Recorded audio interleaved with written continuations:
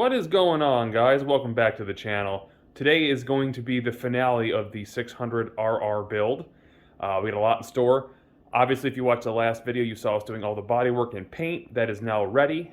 We are going to start putting that together and getting it on the bike and getting this thing ready to go to auction. So, after everything's done, as I said before, we will go over a overall outcome of the bike. Was it worth buying? Was it not worth buying? What's kind of profit on something like this? And how much time did it take to make that money?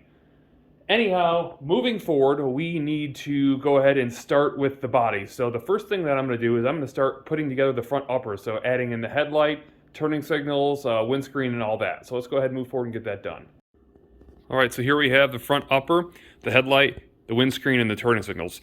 The windscreen does have a little bit of a gouge in it from being in storage. That is just gonna, well, we're just gonna have to live with that because that ain't getting changed. But the first step we're gonna do is we're gonna stick in the small turning signals that we got online for $8. Great deal, can't go wrong. So I'm gonna stick those in. Next piece that's gonna go in is the headlight, then we'll work on the windscreen. Okay, so we have 5 screws that hold in the headlight assembly. You can kind of see where they go, 1, 2, 3, 4, and 5. The headlight assembly itself, I know we talked a little bit about what I think was the original episode, about the wiring hacks in here and how it was kind of glued in. I realized that I think that's removable. I think it's just these panels here, but for right now, that's something I didn't think of. I'd have just ordered some LED bulbs. We're going to keep them in there for now. We'll try to clean it up as best we can. And then again, down the road, we'll put the LEDs in. But for now, we're going to go ahead and drop the light inside the fairing here, screw down all 5 screws, and move forward. All right, so just before we do the wiring, we're going to go ahead and put in the windscreen. Pretty simple. It's got your countersunk nuts inside there and just 6 bolts. So let me go ahead and throw that in. I'll show you what that looks like. All right, so there is our upper. The windscreen does need a little buffing out, but we'll do that when we wet sand and buff the rest of the bike. I'm not really worried about that. That doesn't need to be part of the video. The bodywork video is already long enough, so it's a pretty simple process. But I also like to wait a couple weeks before I do that because the paint definitely gets harder and it's a lot easier to do. So that said, we're going to go ahead and throw this part of the bike on. And to do so, we have lower brackets that go on the backside, and we have brand new mirrors that are going to be covering where the old junky ones we threw away were. So let me go ahead and throw those on. I'll show you what that looks like. All right, so here are our mirrors and hardware. It actually didn't come with the hardware. Fortunately, I bought 2 of these kits because one has to go for another project we'll be doing. Not to give any spoilers there. Anyhow, hopefully these will work, but I did notice in looking at it that, well, you can kind of see that those are, this one here is stripped out. This one here has, looks like some kind of helicoil or something in there. Don't know what it is. It'll probably have to be drilled out and retapped. Hopefully we can get a size to fit. So let me go ahead and move on there. All right, so the hardware doesn't fit anyways because it's irrelevant. Fortunately, I have some smaller ones. Worst case scenario, if you guys get one of these kits for the mirrors, and you can just hacksaw the longer ones down farther, doesn't really matter, but I already happen to have shorter ones. I'm gonna go ahead and use those. All right, so never mind. The short ones weren't long enough. I had to go ahead and cut them myself anyhow. Just for reference, if you guys do end up having to cut these to fit them down, make sure you go ahead and, normally you want to put the nut on first. And it also helps secure it in a vise if you're going to cut it. That way when you take the nut off, it helps your threads, because what happens if you don't get a nut threaded on there after it's been cut, you'll end up going to put this inside your mirror brackets and it'll end up stripping them, which I had to guess is probably what happened with the other aftermarket mirrors that were on it. So just a kind of a good rule of thumb, make sure you check your threads before you put them in. All right, so here's our front upper with the mirrors on. Some might call that bunny ears, call them whatever you want. I don't personally like to ride without mirrors, but I don't want the new owner to not have the option. So if he wants to take them off, put block offs, that's up to him or her. But for right now, I'll be sold with those mirrors on it.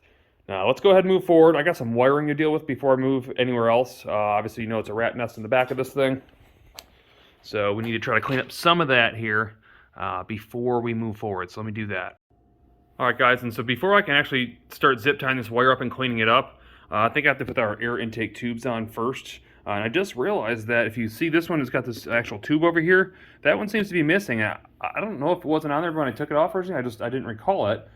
Maybe I'll have to look back at the video footage. But anyhow, that's part of the reason we have to do this before the wiring. You see, like right here, this is where these 3 fuses connect to. So let me go ahead and get this side in. I'll get the other side in, and I'll check the videos to see if that was there when I was taking it off, or if I got footage of it. Otherwise, I guess I'm going to have to buy another one. All right, so check that out. The wiring is way cleaner than it was. And I'll tell you what I think I didn't notice initially when I took this thing apart, because I was just kind of pulling it apart. A lot of these different panels in here, none of them were connected. So what actually happens is, and you can't really see it from here, but the side panels actually connect down there at the radiator to stop it from moving. And then same with these panels. There's clips that hold all these in on both sides. All that stuff was missing, so everything was just kind of sloppy and loose and all over the place down here. So I would say, as far as wiring now, though, that's pretty clean, considering there's two HID kits in there. Not bad. I may leave it like that. I don't know yet. It depends on cost. I did not find our intake tube that goes from here to here, so it looks like I'll be buying one of those. I didn't see anything in footage, but it could have fell out somewhere. But I would imagine, considering the shop's only like 22 by 22, I'd probably see it. So let's go ahead and move forward. We're gonna get this tank cover on next and continue to hide wires.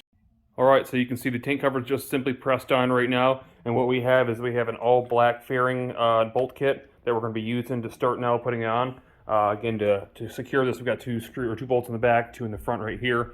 I'm gonna go ahead and stick those on real quick and we'll move forward. All right, so the next step is going to be putting on the tail. I don't want to put on our lower fairings yet, or our mids, because I have to change the oil still, so it's kind of pointless to put it on to take it back off. So we're going to go ahead and put on our tail fairing, but before we could do that, I need to install the tail light inside the fairing. And before I can do that, I need to test all the lights inside this LED tail light to make sure they all work. It's got built-in signals, which are yellow wires here. Then it has a black ground, and then the green and the reds are the tail and the brake, so I have to test which one's which. Even though it's already pre-wired with a plug, I want to make sure that they're done and they're working correctly. We also have a couple turning signals in our undertail that have to be installed and tested. So let me go ahead and test those wires, put that together, and we'll get this thing put on. All right, so taillight's on. I do suggest covering your gas tank with like an old jacket or something, because what you're going to find is you're going to have to kind of, I don't know, come down this way when you slide it on. You have to spread these bottoms open and kind of slide it down onto it. And in doing that, the fronts, they're going to want to whack your gas tank. So you got to make sure that doesn't happen. Anyhow, that's done. It's time to play with this rat's nest here. I'm gonna, again, as I said before, I'm gonna rip out all these diodes that are supposed to make it blink slower. I don't care about that. I like the hyper blink, and get rid of a lot of this crap wiring. So it's not, one, near the exhaust. Two, it's easier and just better to look at and work on. All right, so after a little messing around, I realized that I actually have to keep one of the resistors in because the lights don't hyper flash. They don't flash at all. They're just lit up without one. So if you're going LED, you have to have one of these, but you don't need one on each bank like I showed before. You only need one in line somewhere. That's all you need. It doesn't even have to be in the back. It could be in the front, anywhere you want to put it. It's really simple. All they are is a resistor. One end of it is connected within the positive side. The other end is connected within the negative side. That's all you need to do. It's really simple. Anyhow, look at the wiring. It's a heck of a lot cleaner than it was. So I'm going to get ready to put the undertail in. I know it's a little bit difficult. I got to spread the bottom lips out to get these things in there, but I know that didn't sound right, but we are going to move forward and get that done. All right, so the undertail is on. You can see exhaust coming out of it. I went ahead and threw the back seat on. Went ahead and changed the oil real quick. As you can see here, when you do this, it's pretty simple. I didn't really need to do a tutorial on this, but you want your oil level, if it could actually show, at the higher mark there when you're tilting this thing dead center. Pretty simple. And now I think we're going to go ahead and install the mids and the lower. All right, so our mid fairings are on, and so are vent covers. I'm gonna be honest, both of them are kind of tricky to get on. The mid cover, your lower rubber insert on the mid cover here has got to come in at an angle. I don't know how to explain it this way. For this piece, the back piece, to get around it, once you get that with a frame slider is what makes it difficult, really. It's okay, but this thing here, you got to get the front corner down, and then you got to kind of wedge this all in while you push it into the tank. So it was kind of a pain. But I finally got it, so we're going to go ahead and we're going to throw on the lowers. All right, guys, so the bike's coming together. The lower's on. The next part is the sketchy part. That's the front fender. And remember I told you it was real tight getting in and out. Because this paint is actually still soft, I'm real hesitant on shoving this thing in there. I don't want to tear the paint up. So I'm thinking what I'll try is putting two pieces of paper or maybe wax paper between the sides right here and the fork tubes. Hopefully that'll help alleviate some of the headache or possibly damage. Maybe a little WD-40, I don't know, whatever I can get to not tear this paint up. But like I said, it's still kind of soft, so I'm gonna try it. God, I'm gonna be careful, but I'm gonna try it. Okay, so I think it might have actually worked. Again, I sprayed WD-40 on the inside of the fender there. I put some pieces of paper there so it'd be kind of a softer, smooth transition. and it slid right in. All I gotta do is lower it back down to where it goes. Let's see if it's damaged at all. All right, so it's on. There was a little bit of damage. I don't know if you're gonna be able to see it or not. I don't know if you can see it right there behind the fork bar back, or the fork tube back there. You can't see it, so I can live with that. I'm all right with that. I'm super happy that I got it on without completely tearing down the sides. So where we're at now is we've got some work to do on the seat. If you haven't noticed, the seat has a little bit of banana. You'll see as I go forward what we're going to do with that. All right, so the next thing to do is going to be doing something about the seat. As you'll see, there's still remnants of banana we can't have. Obviously, it doesn't match or go with anything. Plus, I need to make sure that it cleans itself up. This is a Corbin seat. It's harder and it's slower. It's a little bit wider for comfort, supposedly. But it looks filthy. I'm going to try to clean it up. If it does clean up, I will go ahead and use some fabric spray to dye the banana black. All right, so it cleaned up pretty good.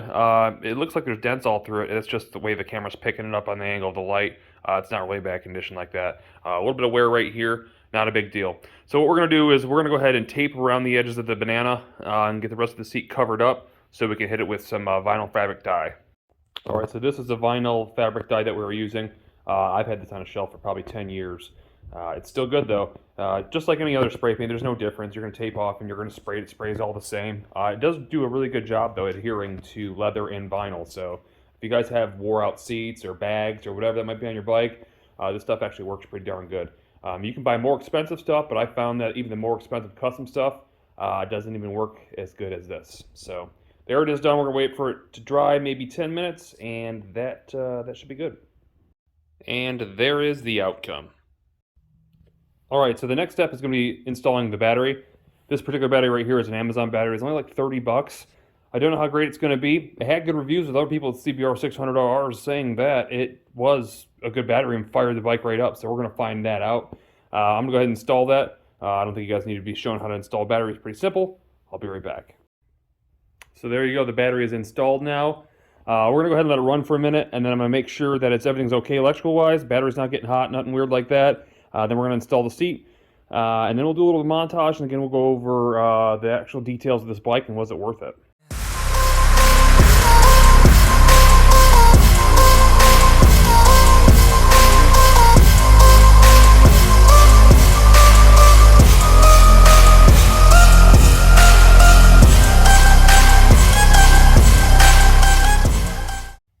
Alright guys, back from the test ride, and I want to say that the bike runs and rides absolutely phenomenal. It is an amazing bike for the 600 series class, so for those of you that are looking to get a CBR600RR, definitely a good bike. Whether you just like smaller bikes or you're just getting into riding, I cannot suggest 600RR enough. So here's the background on it.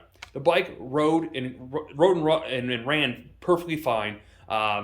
The power is very linear, so unlike maybe an R6 where it's kind of dead to that 7,000 or 8,000 RPMs, this bike right out the gate was smooth linear all the way through the power band. Now, of course, it wasn't as powerful as like a 1000RR, but it felt smooth, rigid, and it had a great ride to it. The exhaust note on this aftermarket exhaust sounds absolutely fantastic. Also, to compare to an R6, it's not very whiny. It sounds a lot like a 929. It's deep and throaty and not overbearing, so I really can't give the exhaust enough credit. I really, really like it. That said, let's talk about the bike, the investment. Was it worth it? If maybe some of you guys are looking to get into flipping bikes or learning how to repair them and making money on the side, or you're just looking to buy a bike at a decent price, let's go over the numbers. You'll see in the top right-hand corner will be our price list.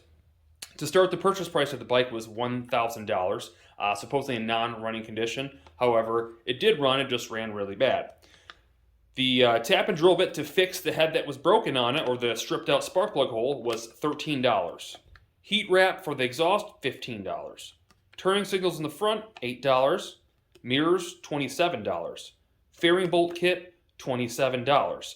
Paint and supplies in total, $275. Lower tank covers, because they weren't there when we bought it. That's the ones just below the seat, you'll see. Those were $41.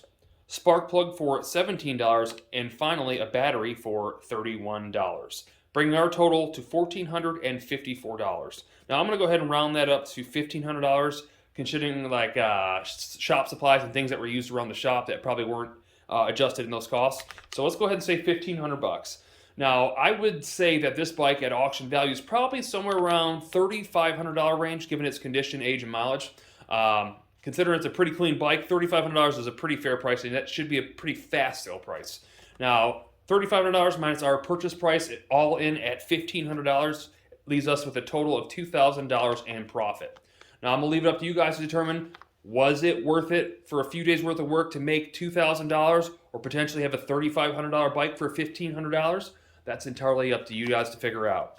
Now, we do have one more build coming to the channel, another bike. I know you guys are probably getting sick of bikes, but I had to pick it up. It's a much more in-depth build than this bike's going to be, so you guys should definitely stick around for that video, or that series.